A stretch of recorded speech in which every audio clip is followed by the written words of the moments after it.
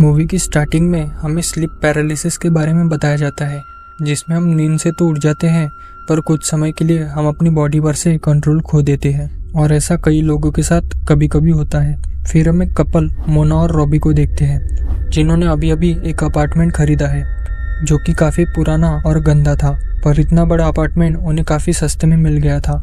फिर वो अपार्टमेंट लेने की खुशी में एक पार्टी करते हैं। तब वह डेविड आता है जो कि इनका पड़ोसी है और काफ़ी लाउड म्यूज़िक के कारण डेविड का बेटा सो नहीं पा रहा था, तो वो उससे म्यूज़िक थोड़ा कम करने के लिए बोलता है। या डेविड थोड़ा परेशान लग रहा था, इसलिए रॉबी उसे ड्रिंक ऑफर करता है। ड्रिंक करते हुए उनके डोर पर उसकी वाइफ सैरन आती है जो कि डेविड को बुलाने के लिए आई थी। अगले दिन मोना घर की सफाई कर रही होती है, तब वो वहाँ के सारे पुराने वॉलपेपर्स निकालने लगती है क्योंकि उन्हें वहाँ पर नए वॉलपेपर्स लगवाने थे।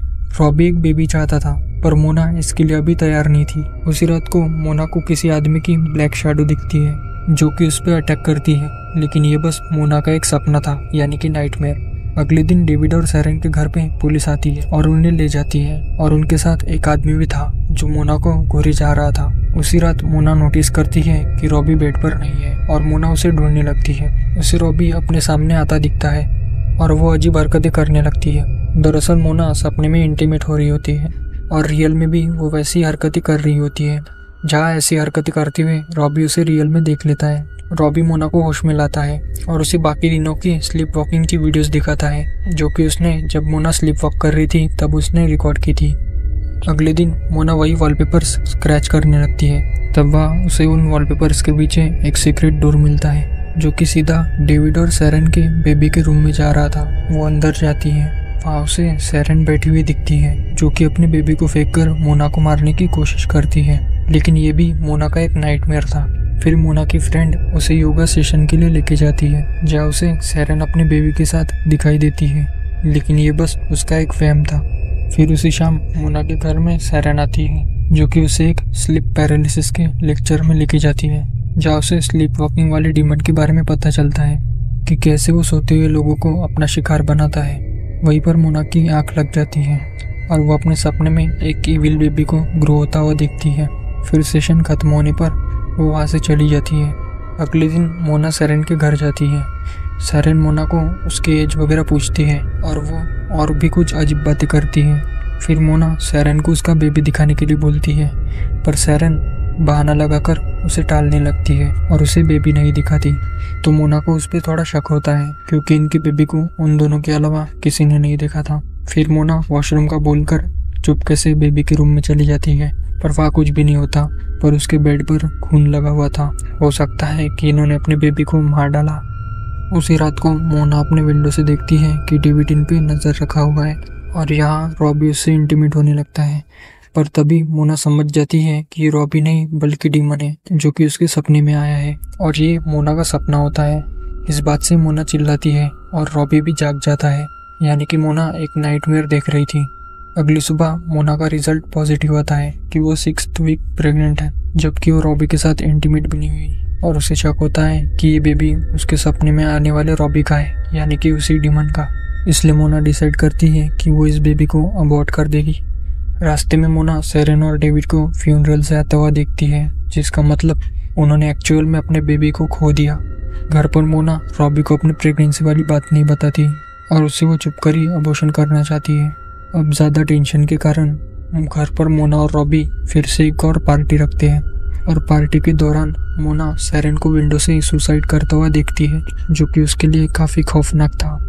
यहाँ मोना अपने नाइटमेयर्स के कारण सो नहीं पा रही थी, इसलिए वो दोनों डिसाइड करते हैं कि उन्हें किसी अच्छे डॉक्टर को दिखाएंगे।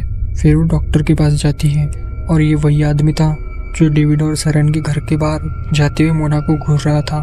फिर मोना उसे सब कुछ बताती है जो भी उनके साथ हो रहा था और डॉक्टर उसे बताता है कि स्लीप डिसऑर्डर को ठीक करने के लिए उन्हें मोना का ट्रीटमेंट करना होगा और ट्रीटमेंट के दौरान डॉक्टर को मोना के सपने में झांकना होगा। फिर वो डॉक्टर मोना के सिर पर सेंसर्स लगा देते हैं ताकि वो स्क्रीन में मोना के दिमाग में होने वाली हलचल या मूवमेंट्स को देख सके और ये मशीन उसके दिमाग में चलने वाली मूवमेंट्स की कैलकुलेशन करके उसके सपने की कुछ झलक स्क्रीन पर दिखा सकता है। फिर मोना यहाँ पर सो जाती है और उसे अपने सपने में वो डीमन दिखता है, लेकिन ठीक टाइम पर डॉक्टर उसे जगा देता है अगली विजिट में वो मोना को रॉबी को भी साथ लाने की बोलता है। फिर नेक्स्ट विजिट में रॉबी भी उसके साथ आता है, पर रॉबी को ये सब बातें बकवास लग रही थी क्योंकि उसके हिसाब से मोना ठीक है। फिर डॉक्टर मोना को सुलाता है और उसके सपने में जागता है और सपने में फिर से वही डीमन दिखाई देता है जो मोना को हर्ट कर रहा था।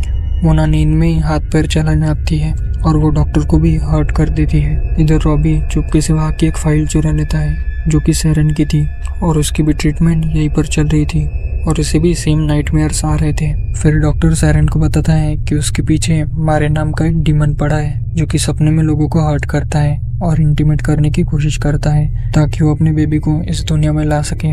रॉबी वो फाइल मोना को दिखाता है और अब उन्हें डॉक्टर पर ही शक हो रहा था क्योंकि उसके पास सेम पेशेंट पहले भी आए थे और वो सभी इसी अपार्टमेंट में रहते थे।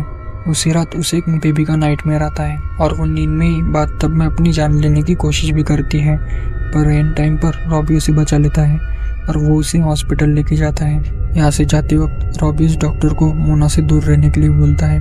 उसी रात मोना फिर से स्लीप वॉकिंग करते हुए अजीब हरकतें करने लगती है। तो परेशान होकर अगले दिन वो दोनों अपने पड़ोसी डेविड से मिलते हैं। डेविड उन्हें बताता है कि जो बेबी उनके पास था शायद वो मेरा नहीं था क्योंकि इससे पहले हमने बहुत बार ट्राई किया लेकिन हमें कोई बच्चा नहीं हो रहा था और वो यहाँ पर शिफ्ट होते ही उनको बेबी हो गया। और सेरन को भी सेम उसी डीमन के सपने आ रहे थे जो कि मेरे जैसा दिखता था और हमें शक था कि ये बेबी हमारा नहीं है। हमने भी उसी डॉक्टर से मदद मांगी लेकिन उसका कोई फायदा नहीं हुआ। फिर डेविड बताता है कि हमने उस बेबी को मारने की भी कोशिश की लेकिन वो सीधी तरह से नहीं मर रहा था, मतलब उसे कुछ गोलियां वगैरह खिला के वो नहीं मर रहा था, तो उन्होंने दूसरे तरीके से उसे मार डाला। और डेविड उसे भी अपने बेबी को पेट में ही मारने के लिए बोलता है। लेकिन इस तरह की बातें सुनकर वो दोनों वहाँ से चले जाते हैं। घर पर टेंशन की वजह से इन दोनों में थोड़ी अनबन हो जाती है और दोनों का थोड़ा झगड़ा भी हो जाता है। फिर गुस्से में रॉबी घर से चला जाता है। फिर मोना डॉक्टर के पास क्लिनिक में चली जाती है। इधर रॉबी के पास डेविड स्लीप वॉकिंग करते हुए आता है और उसके सामने ही खुद को हैमर से मारने लगता है और मार मार कर खुद की जान ले लेता है। इधर ट्रीटमेंट के दौरान डीमन मोना के सपने में उस पर अटैक कर रहा था, तो उसे बचाने के लिए डॉक्टर भी सेम फ्रीक्वेंसी और सेम इक्विपमेंट से उसके सपने में जाता है ताकि वो उसकी मदद कर सके। लेकिन वो डीमन काफी ताकतवर था, वो डॉक्टर को वही मार देता है और मोना को वही बेबी हो जाता है। और ये सब उसके सपने में ही हो रहा था। वो डीमन मोना को गहरी नींद में भेज देता है और रियल में उसका बेबी उसके पेट में ही था। कुछ महीने बाद मोना लाइट ऑन करती है जिससे वो डीमन मारा जाता है क्योंकि वो डीमन लाइट झेल नहीं पाता था और वो सिर्फ अंधेरे में ही आता था। उस डीमन के मरते ही मोना उस गहरी नींद से उठ जाती है। यहाँ मोना को लगता है कि ये भी उसी डीमन का कोई सपना है। वो रियल में अपनी बेबी को उठाती है और रॉबी को लगता है कि मोना अब होश में आ गई है और वो अपने बेबी से प्यार कर रही है। पर मोना उस बेबी को बालकनी में लेकर जाती है। तब रॉबी समझ जाता है कि ये स्लीप वॉकिंग कर रही है, लेकिन मोना को अभी भी ऐसा ही लग रहा था कि वो रॉबी नहीं बल्कि कोई डीमन है और ये उसी डीमन का बेटा है, जबकि वो उसका रियल बेबी था।